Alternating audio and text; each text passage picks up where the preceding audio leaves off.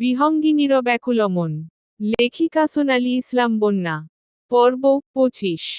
তুষার ভাইয়া আজ সকালে খালামণিকে বিয়ে করিয়ে দিতে বলেছিল। তাই খালামণি ঝাঁটা দিয়ে বাড়ি থেকে তাড়িয়ে দিয়েছে। বলে দিয়েছে, আজ নাকি ভাতও জুটবে না। সেই জন্যই তার মেজাজ 100 ভোল্টে উঠেছে। কথাগুলো শেষ হতেই তুষার দাঁত কিরমির করতে করতে ধীরে ধীরে বৃষ্টির দিকে তাকায়। সেই দৃষ্টি বুঝতে 1 সেকেন্ডও দেরি হয় না বৃষ্টির। সেই সঙ্গে সঙ্গে চোখ নামিয়ে অন্য দিকে সরে দাঁড়ায়, হাসি উধাও, মুখে নির্দোষ ভাব। ওভাবে তাকিয়ে আছো কেন? আমি কিছু করিনি। শালির বাচ্চা, তোকে আমি রাতে দেখে নেব। বৃষ্টি হঠাৎ হেসে বলল। আজ তো আমি দরজা চারদিকে থেকে আটকে ঘুমাবো। তাহলে কিভাবে দেখবে? তুষার কিছুটা রেগে গেল, কিন্তু মুখে আর কিছু বলল না। সে চুপ করে দাঁড়িয়ে থাকে। ভাইয়া, তোমার যত রোমাঞ্চ করতে ইচ্ছে হয়, বাসায় গিয়ে করো। তবু এখন বাসায় চলো। বড় বড় পা ফেলতে ফেলতে তুষার কেবিনের দরজা দিয়ে বেরিয়ে গেল। আর তুষার চলে যাওয়ার সঙ্গে সঙ্গে মেঘ উঠে বসে বেডে। ততক্ষণে বৃষ্টি তার গা ঘেঁষে বসে, ঠোঁটে দুষ্টু হাসি ফিসফিস করে টেনে বলল। ওহু ওহু, তোর গলায় ওটা কিসের দাগ জানো? কোন বিড়ালে কামড় দিল? মেঘ লজ্জায় মাথা নিচু করে নিল। চুপ কর, ছেমরি। চল, চল, দেরি হয়ে যাচ্ছে। মেঘ তাড়াহুড়ো করে বেড থেকে নেমে পড়ে। তুর্য দুইজনের দুষ্টুমি দেখে মুচকি হাসে। অতঃপর ঘন্টা 2 পরে তাকে ডিসচার্জ দেওয়া হয় এবং সকলে হসপিটাল থেকে বাড়ির উদ্দেশ্য রওনা দেয়। হসপিটাল থেকে বাসায় আসতে আসতে রাত প্রায় 8টা বেজে যায়। তুষার তুর্যকে ধীরে ধীরে তার রুমে পৌঁছে দিয়েছে, কিন্তু মেঘ এখনো রুমের সামনে দাঁড়িয়ে আছে। হাত পা যেন নিজের নিয়ন্ত্রণ হারাচ্ছে। দীর্ঘ 8 বছর পর, সে সেই অতি কাঙ্ক্ষিত মানুষটির রুমে পা রাখতে চলেছে। মনের ভেতর এক অজানা ভস ঘিরে ধরেছে তাকে। তুর্য রুমের ভিতরে অপেক্ষা করছে, কিন্তু মেঘ না আসায় সে এক মুহূর্ত ভেবেছিল হয়তো বেরিয়ে যাবে। ঠিক তখনই মেঘকে দরজার সামনে থেমে দাঁড়িয়ে থাকতে দেখে সে ধীরে ধীরে এগিয়ে আসে। এবং মৃদু ফিসফিস করে কণ্ঠে গুঞ্জরিত হয়। ম্যাডাম, নিজের রুমে ঢুকতে এত ইস্ততবোধ করছেন কেন হুম? আপনি হলেন কুইন, আর এই রুমে শুধু আপনার রাজত্ব চলবে। আপনি যা বলবেন, সব মানবে আপনার কিং। মেঘের চোখে এখনো অশ্রু ঝলমল করছে। তুর্য নিঃশব্দে এগিয়ে এসে তার চোখের জল আলতো করে মুছে দেয়, কপালে স্পর্শের সঙ্গে ঠোঁটের নরম ছোঁয়ায় হৃদয় যেন থমকে যায়। মেঘ তার হাত ধরে, প্রথমবারের মতো রুমে প্রবেশ করে। সঙ্গে সঙ্গে তার চোখ চারপাশের 4 দেয়াল ভরে ওঠা ছবিতে আটকে যায়, প্রতিটি ছবিতে তার নিজের হাস্যোজ্জ্বল মুখ, যা তুর্য নিজের প্রেমের ছোঁয়ায় সাজিয়েছে। কাপা কণ্ঠে মেঘ ফিসফিস করে। আ আ আপনি এগুলো কি করেছেন? তুর্য ধীরে ধীরে তার পাশে এসে ঝুঁকে ফিসফিস করে বলল। ভালোবাসি আপনাকে, ম্যাডাম। আপনি শুধু আমার হৃদয় নয়, আমার রুম জুড়ে রয়েছেন। প্রতিটি কোণায়, প্রতিটি দেয়ালে, আপনার হাসি আমার সঙ্গে। মেঘ কেঁপে ওঠে, তার মন ভরে ওঠে উষ্ণতা। সে এখন বুঝতে পারছে লোকটা তাকে ভীষণ ভয়ঙ্করভাবে ভালোবাসে। হঠাৎ দরজায় টোকা পড়তেই দুজনেই একসাথে পেছনে ফিরে তাকায়। পর মুহূর্তেই দরজা খুলে বৃষ্টি একগাল হেসে ভেতরে ঢুকে পড়ে। হাতে একটা মাঝারি সাইজের লাগেজ, সম্ভবত মেঘের জামাকাপড় আর টুকটাক প্রয়োজনীয় জিনিসপত্র। বৃষ্টি নির্দিষ্ট জায়গায় লাগেজটা রেখে ধীরে ধীরে মেঘের দিকে তাকায়। চোখে দুষ্টুমি, ঠোঁটে চাপা হাসি। আপাতত যেগুলো দরকার, সব এখানেই আছে। বাকিগুলো কাল নিয়ে আসিস। অনেক দিন পর এত বড় বিছানায় ঘুমাবো আজ, ইস, কি শান্তি। তুই ফ্রেশ হয়ে নিচে আয় কেমন? আর ভাইয়া, very very very very very good night.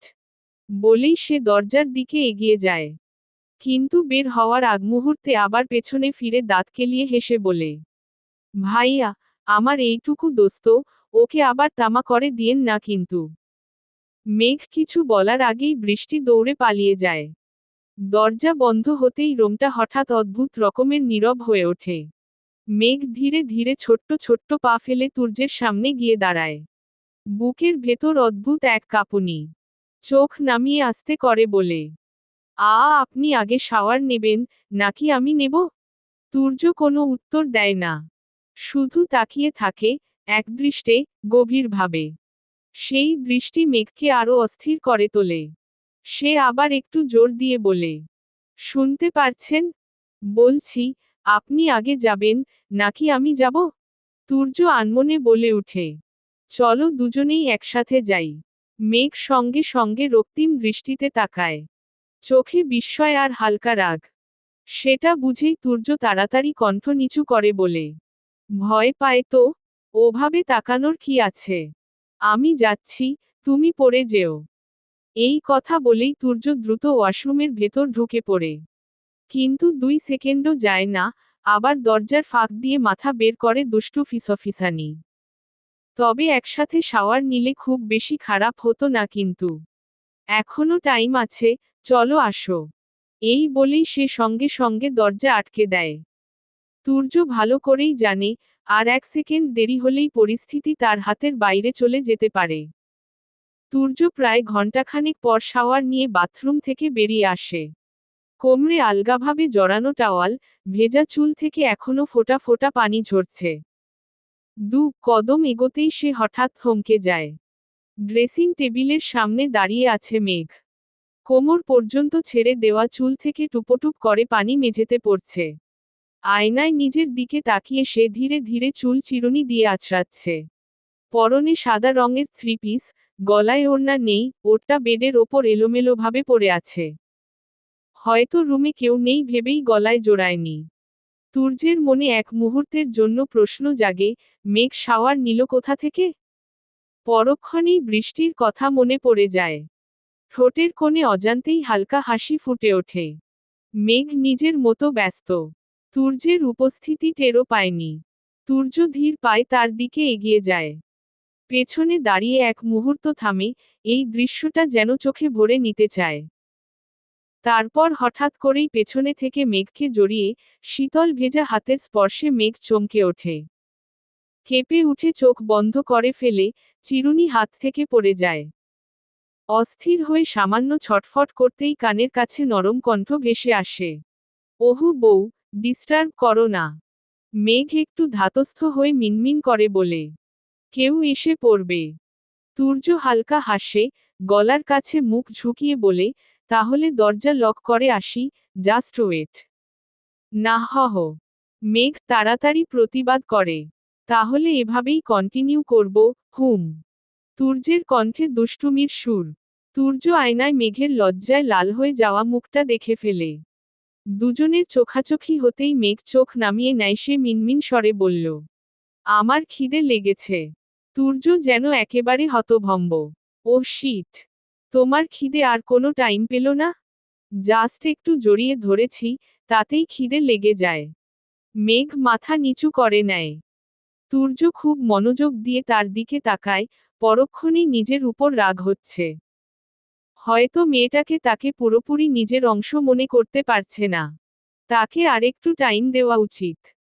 সূর্য আবারও মেঘের কানের কাছে ঠোঁট লাগিয়ে ফিসফিস করে, সরি পিচ্ছি, চলো আগে ডিনার শেষ করে আসি। মেঘ মাথা এদিক ওদিক নাড়ায়। সূর্য মুচকি হেসে তার হাত আঁকড়ে ধরে রুম থেকে বেরিয়ে যায়। রাত অনেক গভীর। বৃষ্টি কম্বল মুড়ি দিয়ে বিছানায় শুয়ে আছে, কিন্তু চোখে ঘুম নেই। বিশাল বিছানা জুড়ে শুধু সেই শুয়ে আছে, আজ মেঘ নেই, ফাঁকা জায়গাগুলো তাকে অকারণেই অস্বস্তিতে ফেলছে। ঘুমানোর আগে সে খুব ভালো করে রুমের প্রতিটি দরজা জানালা বন্ধ করে রেখেছে। তালা দিয়েছে, পর্দা টেনেছে, সবকিছু দুবার করে পরীক্ষা করেছে। কারণ তুষার বরাবরই এক কথার মানুষ, সে যা বলে, তা করেই ছাড়ে। এই ভেবেই বৃষ্টি প্রথমে একটু ভয় পেয়েছিল। তবে রুমের চারপাশ ভালো করে দেখে মনে খানিকটা স্বস্তি আসে। তবুও ঘুম আসে না। সে বিছানায় এদিক ওদিক ফিরছে, পাশ বদলাচ্ছে, কিন্তু নির্ঘুমই থেকে যাচ্ছে।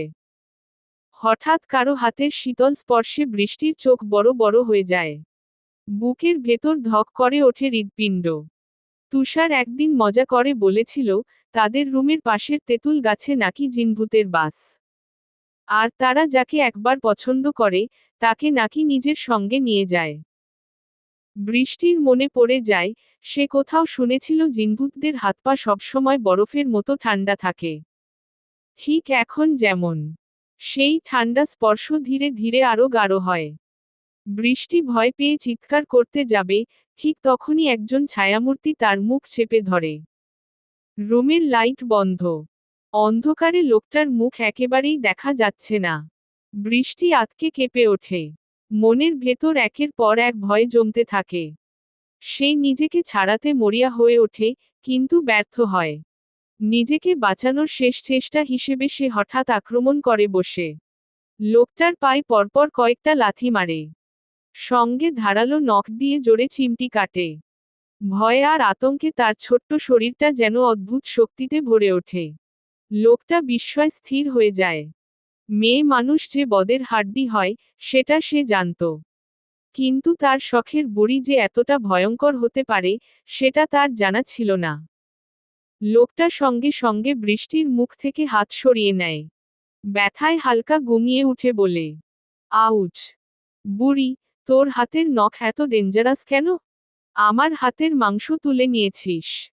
পরিচিত কণ্ঠস্বর কানে যেতেই বৃষ্টির ভয় হঠাৎ করে মিলিয়ে যায়। সে অন্ধকারের মধ্যে মনোযোগ দিয়ে লোকটাকে পরখ করে। পরক্ষণেই চিৎকার দিয়ে উঠে, তুষার ভাইয়া, তুমি? তুষার সঙ্গে সঙ্গে বৃষ্টিকে জড়িয়ে ধরে কম্বল মুড়িয়ে দেয়। এক পলক বৃষ্টির দিকে তাকিয়ে সে আবারও তার গালে ঠান্ডা হাত চেপে ধরে। ততক্ষণে বৃষ্টি চেঁচিয়ে ওঠে, তুষার ভাইয়া, এবার কিন্তু মাইর দেব। এমনিতেই এত রাতে এসে ভয় পাইয়ে দিয়েছ, তার ওপর আবার ঠান্ডা হাত গালে দিচ্ছ। তুষার নির্বিকার কণ্ঠে বলে, তোকে তো আগেই ওয়ার্নিং দিয়েছিলাম, আজ তোর রুমে আসব। তাই বলে সত্যি সত্যি এসে পড়বে? তোমার লজ্জা করে না? রাতবিরেতে পরনারীর রুমে ঢুকে পড়ছ। তুষার সামান্য ঝুঁকে বৃষ্টির গালে হালকা স্পর্শ করে বলে, বউ হবি তুই আমার। এতে লজ্জার কি আছে? আমি তো আর তোর মধ্যে মিশে যেতে চাচ্ছি। বৃষ্টি চোখ রাঙিয়ে বলে, পচা কথা বলবে না, নইলে উষ্ঠা দিয়ে ফেলে দেব। তুই যদি একটু বেশি বেশি করে ভালোবাসতে দিস, তাহলে যত খুশি তোর উষ্ঠা খেতেও আমি রাজি।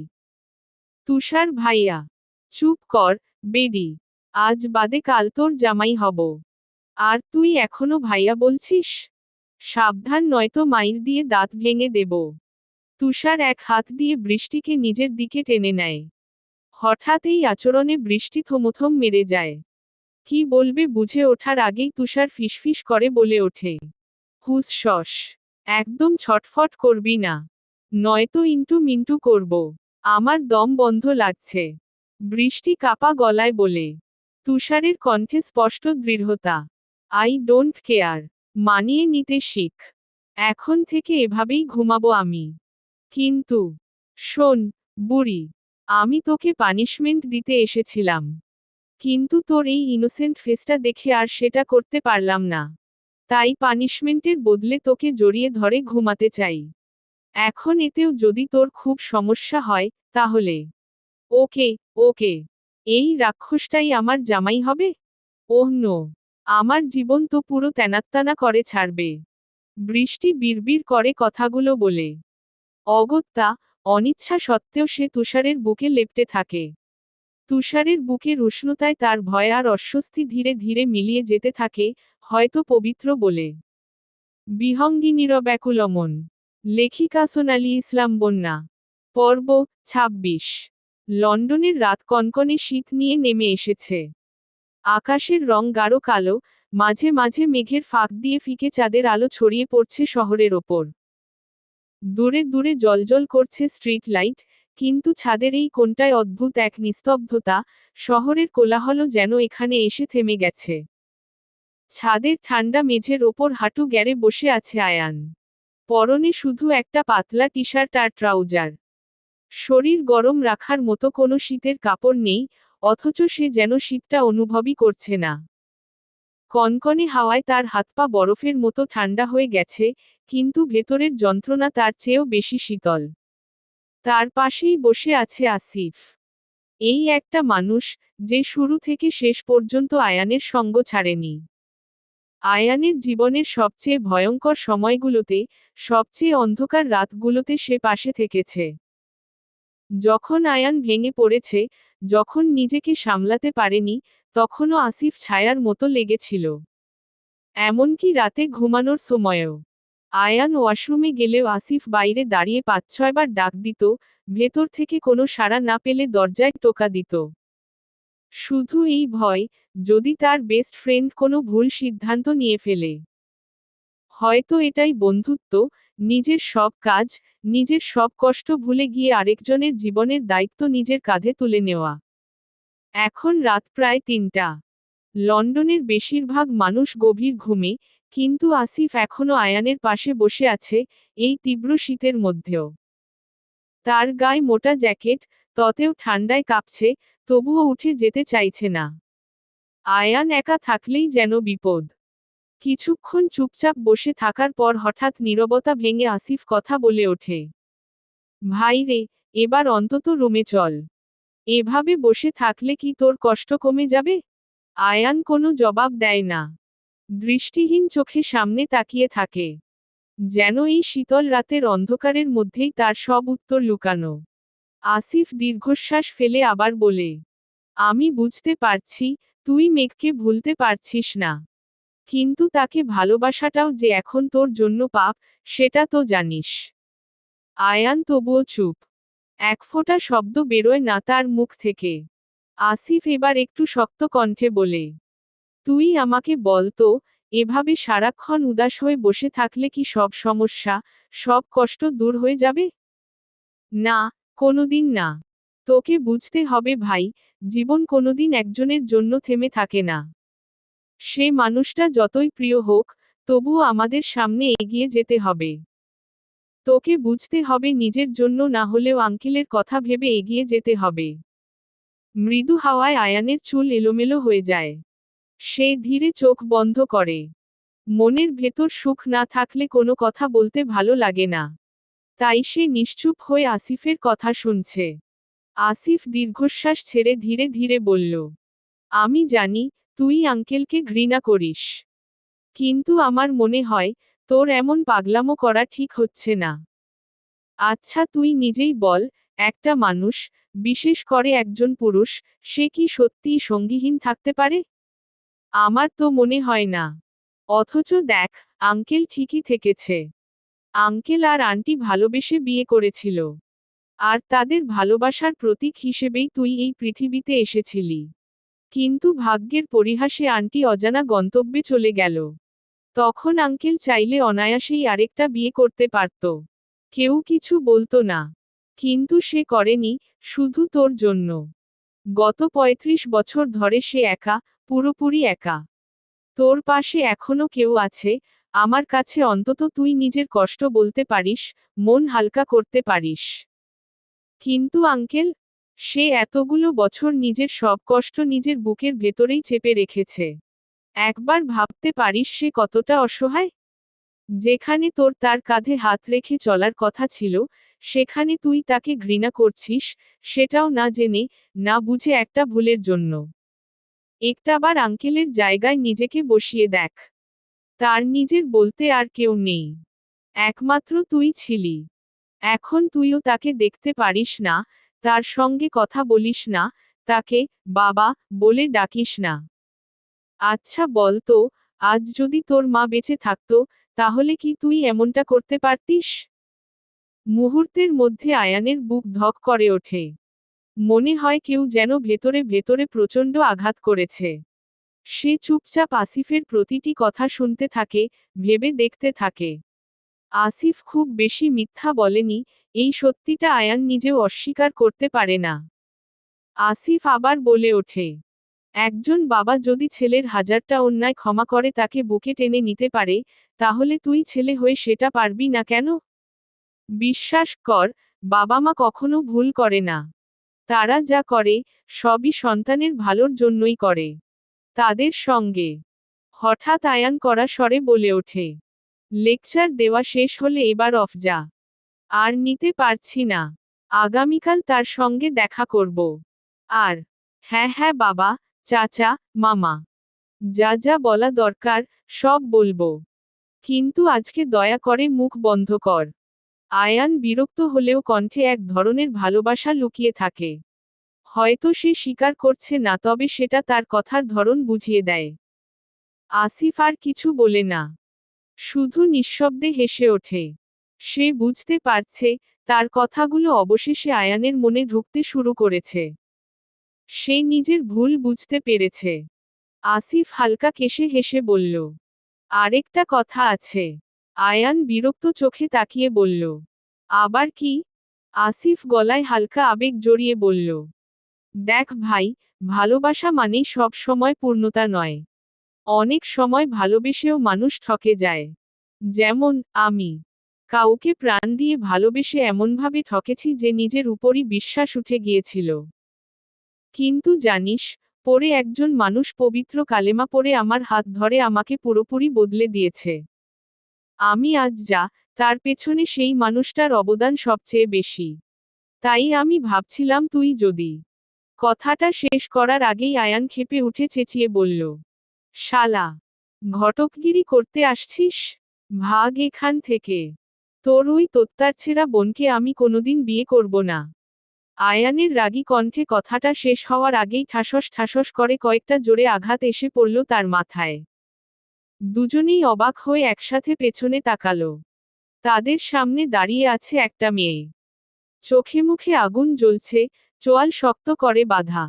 রাগে তার সারা শরীর কাঁপছে। মেয়েটাকে দেখামাত্রই আয়ান চমকে উঠে দাঁড়িয়ে যায়, কিন্তু এক পাও এগোতে পারে না। মেয়েটি মুহূর্তের মধ্যেই এগিয়ে এসে আয়ানের হাত আঁকড়ে ধরে এবং ফ্যাল করে কাঁদতে শুরু করে। এই দৃশ্য দেখে আসিফ আর এক সেকেন্ডও দাঁড়ায় না। এটা তার একমাত্র বোন নয়না। আর নয়না যদি একবার কান্না শুরু করে, তবে তার আবদার পূরণ না হওয়া পর্যন্ত সে থামে না। তাই প্রাণ বাঁচাতে সে দৌড়ে পালিয়ে যায়। আসিফ পালিয়ে যেতেই আয়ান বিরক্তিতে চেঁচিয়ে উঠে বলে, এই শালা, তোর এই রাক্ষসী বোনকে নিয়ে যা। এ তো আমার মাথা খেয়েই ফেলবে। কথাটা শেষ হওয়ার আগেই নয়না হঠাৎ আয়ানের হাতে দাঁত বসিয়ে দেয়। ব্যথায় কুকড়ে উঠে সে, আচমকা তাকে ছিটকে ফেলে দেয়।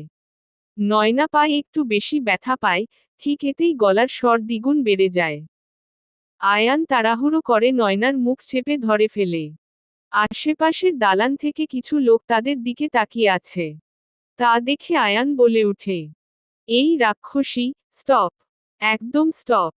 তোর জন্য এখন আমাকে গণধোলাই খেতে হবে নাকি? নয়না কেঁদে কেঁদে আয়ানের হাত সরিয়ে দেয়। চোখ দুটো ভিজে উঠে, কণ্ঠটা কাঁপছে। তুমি আমার পায়ে ব্যথা দিলে বাবু। আয়ান বিরক্তিতে দাঁত কিচিয়ে বলে ওঠে, ও শিট। তোকে থাপ্পড় দিয়ে দাঁত ভেঙে ফেলবো কিন্তু। ননসেন্স মেয়ে। তোর থেকে আমি বয়সে এত বড়, আর তুই আমাকে বাবু বলছিস? চুপ কর। কাদা বন্ধ কর, বোন। কথাগুলো যতটা রাগের, তার ভেতরে ততটাই অস্বস্তি। শেষে আয়ান আর কিছু না বলে নয়নার পাশে বসে পড়ে। ঠিক তখনই নয়নার কান্না হঠাৎ থেমে যায়। মুহূর্তের মধ্যে ঠোঁটের কোণে একচিলতে দুষ্টু হাসি ঝুলিয়ে সে ফিসফিস করে বলে, তাহলে বলো, আমাকে বিয়ে করবে? নয়তো আমি আবার কাঁদব কিন্তু। আয়ান যেন আকাশ থেকে পড়ে চোখ কপালে তুলে বলে, তোকে বিয়ে করব আমি? No no. আমার লাইফে এমনিতেই প্রবলেমের অভাব নেই। এখন তোকে বিয়ে করে নাচতে নাচতে আরেকটা প্রবলেম ঘরে আনতে চাই না। পরক্ষণেই নয়না গলা ফাটিয়ে চিৎকার শুরু করে, ভাইয়ায়। আয়ান আতঙ্কে এদিক ওদিক তাকায়। মুখে হাত দিয়ে বিড়বিড় করে, ওহ খোদা, এই মেয়ে কি শুরু করলো? আমার মানিজ্যত আজ এখানেই শেষ। চুপ কর বোন, চুপ কর। বিয়ে করব, সত্যি বলছি, করব। কিন্তু প্লিজ থামো। নয়না মুহূর্তেই চুপ করে যায়। আয়ান দীর্ঘশ্বাস ফেলে বাঁচে। তাহলে চলো বিয়ে করি? নয়না নিরীহ স্বরে বলে, এই ওয়েট। বিয়ে করি বললেই তো আর বিয়ে করা যায় না। আমার কিছু শর্ত আছে। সেগুলো মানতে পারলে তবেই বিয়ে। নয়না এক মুহূর্তও দেরি না করে আনন্দে বলে ওঠে, রাজি, রাজি। তোমার সব শর্তে আমি রাজি। শুধু ফিজিক্যাল রিলেশন করবে না বললেই বোম দিয়ে উড়িয়ে দেব। আয়ান দাঁতে দাঁত পিষে আওড়ায়। কি হহ? তুই ওইসব করার জন্য বিয়ে করতে চাইছিস? নয়না তার কথা একদমই পাত্তা না দিয়ে উঠে দাঁড়ায়। নিজের গায়ে জড়ানো চাদরটা আলতো করে আয়ানের গায়ে জড়িয়ে দেয়। তারপর তার সামনে বসে শিশুসুলভ উচ্ছ্বাসে বলে, আরে না, আমি তো তোমায় ভালোবাসি। দেখো না, তুমি কত কিউট, আমিও কিউট। তো আমাদের দেখতে হবে না, আমাদের বাচ্চা কাচ্চা কত কিউট হয়। শুধু ওদের কথা ভেবে ওইসব করব, নয়তো এসব পচা কাজ আমার একদমই পছন্দ নয়। নয়নার কথাটা শুনেই আয়ান খিলখিল করে হেসে ওঠে। এতদিন পর নিজের অজান্তেই এমন করে হাসছে, সে নিজেও খেয়াল করেনি। নয়না চুপচাপ তার দিকে তাকিয়ে থাকে। এই হাসিটা সে কতদিন পর দেখছে, তার হিসেব নেই। যে মানুষটার মুখে সবসময় গম্ভীরতা আর বিরক্তির ছাপ লেগে থাকে, সেই মানুষটা আজ তার সামান্য কথায় হেসে উঠেছে, এই ভাবনাটাই নয়নার বুকের ভেতর অদ্ভুত এক আনন্দ ঢেলে দেয়। আয়ান হাসি থামিয়ে আয়ান মজা করে বলে, এত যে বিয়ে বিয়ে করে লাফাচ্ছিস, বিয়ের পর আমাকে সামলাতে পারবি? বয়স কত তোর, হুম? নয়না একদম সরল গলায় উত্তর দেয়, 22 বছর। আমাদের বয়সের ডিফারেন্স কত জানিস? নয়না হাতের আঙুলে গুনতে গুনতে একটু সময় নেয়। তারপর নিশ্চিত গলায় বলে, 13 বছর। আয়ান ভুরু কুঁচকে তাকায়। এইটুকু বাচ্চা মেয়ে হয়ে এত বড় দামড়া বেডাকে বিয়ে করবি? এই কথায় নয়নার চোখের কোণে জল চিকচিক করে ওঠে। কণ্ঠটা কদমদমে হয়ে যায়। তোমার ফুল তো আমার থেকেও ছোট। তার বেলায় কিছু না, আর আমার বেলায় এত কথা। থাক, বিয়ে করতে হবে না। আমি ভাইয়াকে বলে আরেকজন খুঁজে নেব। এই বলে নয়না উঠে যেতে চাইলে, মুহূর্তের মধ্যে আয়ান তার হাত টেনে বসিয়ে দেয়। বাহ বাহ, যখন চলে যেতে বলতাম তখন আমার মাথায় উঠে বসে থাকতি। আর এখন এইটুকু কথায় এত অভিমান? নয়না মুখ ঘুরিয়ে নেয়, কিছু বলে না। আয়ান একটু নরম কণ্ঠে বলল, তার আগে শুনে তো যা, আমি কি শর্ত দেব। তার কণ্ঠে এবার আর রাগ নেই, আছে এক ধরনের দায়িত্ব আর অজানা টান। নয়না ধীরে ধীরে মুখ তুলে তাকায়, চোখের ভেতর কৌতূহল। আয়ান মুচকি হেসে নয়নার কাঁধে হাত রাখে। তারপর আকাশ পানে তাকিয়ে আনমনে বলে উঠল, একটা কথা জানিস নয়না, ভালোবাসা এমন একটা জিনিস যা সবার ভাগ্যে থাকে না। সবাই নিজের মানুষটাকে হাজার হাজার গুণ ভালোবাসলেও তাকে পায় না, প্রতিটি মোনাজাতে তাকে চেয়েও কেউ কেউ তার আপন হয় না। এই আমাকে দেখ, ওকে ছোট্ট ছোট্ট হাত ধরে হাঁটিয়েছি, ওকে যত্ন করে খাইয়ে দিয়েছি, কিন্তু ভাগ্যের পরিহাসে সে এখন অন্য কারো। সে অন্য কারো আলিঙ্গন হয়ে বেঁচে থাকবে, তার মধ্যে নিজের সুখ খুঁজে নেব। অথচ তাকে আমি এতটা চেয়েও পেলাম না। শুনেছি যার ভালোবাসা যত গভীর তাকে নাকি আল্লাহ তায়ালা নিজ হাতে তাকে আপন করে দেয়। হয়তো আমার ভালোবাসায় খুঁত ছিল, তুর্য তাকে আমার থেকেও বেশি ভালোবেসেছে। জানিস, যখন শুনলাম আমার ফুলের বিয়ে হয়ে গেছে তখন মনে হচ্ছিল সেই ভাগ্যবান লোকটিকে নিজ হাতে খুন করি, এমন ভাগ্য আমার হলো না কেন? পরে যখন জানতে পারলাম ওই ভাগ্যবান লোকটি আমার ছোট ভাই, বিশ্বাস কর আমার পায়ের নিচ থেকে মাটি সরে গিয়েছিল। আমার ফুল যখন সবচেয়ে বিপদে ছিল ওই লোকটাকে তার ঢাল হয়ে দাঁড়িয়েছিল। হোক সেটা সকলের সামনে কিংবা আড়ালে।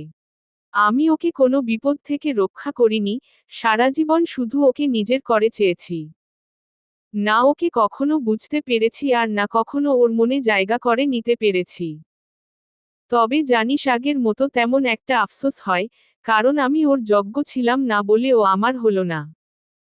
যে ওর জন্য পারফেক্ট, যে ওকে সারা জীবন আগলে রাখতে পারবে, নিজের সবটা দিয়ে ভালোবাসতে পারবে, সেই ওকে পেল। আয়ান আকাশের দিকে তাকিয়ে আছে। হঠাৎ অবাধ্য চোখ থেকে কয়েক ফোঁটা অশ্রু গড়িয়ে পড়ল। নয়না উঁচু হয়ে সেই অশ্রু মুছে দেয়। এবং তার মুখখানা নিজের দিকে ফিরিয়ে মৃদু স্বরে বলল, তার মানে তোমায় পেয়ে আমিও ভাগ্যবতী? তুমি বলেছিলে না আমি আবেগের বশে তোমার পিছু পিছু ঘুরে বেড়াই। আজ দেখতে পাচ্ছ আমার ভালোবাসায়ও কোনো কমতি ছিল না, আমিও তোমাকে অনেক অনেক অনেক অনেক ভালোবাসি। আয়ান নিঃশব্দে হাসে। মেয়েটি বয়সের দিক দিয়ে ম্যাচিউর হলেও বাচ্চাদের মতো ব্যবহার করে। তোর ভালোবাসায় যেমন কমতি ছিল না, ঠিক তেমন একজন সঠিক মানুষটাকেও তো তুই পাবি না। পারবি এই ভাঙা হৃদয়ের মানুষটার সঙ্গে সারা জীবন কাটিয়ে দিতে? নয়না হাসতে হাসতে বলে, পারবো মানে দৌড়াতে দৌড়াতে পারবো। এই মন কিন্তু কোনোদিন ওই ফুলকে ভুলতে পারবে না। ওকে হয়তো পাবো না, বা নতুন করে ভালোবাসবো না, তবে আমার হৃদয় থেকে ওকে মুছতেও পারবো না। তুই কি চাইবি তোর মানুষটার মনে অন্য কেউ বসবাস করুক, সে তোর পাশাপাশি আরেকজনকে ভালোবাসবে? আয়ান নয়নার চোখে চোখ রেখে বলল, পারবো না কেন? ফুল থাকবে ফুলের জায়গায় আর আমি থাকবো আমার জায়গায়। তোমার ভাঙা হৃদয় দুটুকরো হয়েছে, তো এক জায়গা ফুল সারাক্ষণ ঘুমাবে। আর আমি সারা দিনরাত তোমায় জ্বালতন করব। ব্যাস এটুকু হলেই চলবে। কথাটা বলেই খিলখিল করে হাসতে থাকে নয়না। আয়ান ভ্রু কুঁচকে জিজ্ঞেস করে, আমার প্রতি তোর কোনো অভিযোগ নেই? একটুও নেই। তুমি আমার হবে এটাই আমার জন্য সবচেয়ে বড় পাওয়া। এর থেকে বেশি কিছু আমি চাই না। তবে আমার মনে একটা প্রশ্ন ঘুরপাক খাচ্ছে। কি? আজ থেকে তোমায় আমি কি বলে ডাকবো? আয়ান ভাইয়া, নাকি বাবু? আয়ান ততক্ষণে মুখ বাঁকিয়ে উঠে, বোন তোর যা ইচ্ছে ডাকতে পারিস, তবে বাবু বাদে। কেমন বাচ্চা বাচ্চা ফিল হয়। এসব নাম ভালো না, আমি তোমায় বাঙালিদের মতো ওগো বলে ডাকবো। So cute. এবার রুমে চলো, এত রাতে বাহিরে থাকতে নেই। আর তুমি কালকেই ভাইয়ার সঙ্গে আমাদের বিয়ের ব্যাপারে কথা বলবে। এই শীতে একা একা ঘুমাতে ভালো লাগে না। তারপর দুজনেই উঠে দাঁড়ায়। নয়না আয়ানের হাত আঁকড়ে ধরে নিজেদের রুমের দিকে হাঁটতে থাকে। একদিকে অপূর্ণতা হলেও আরেকদিকে পূর্ণতা চলমান।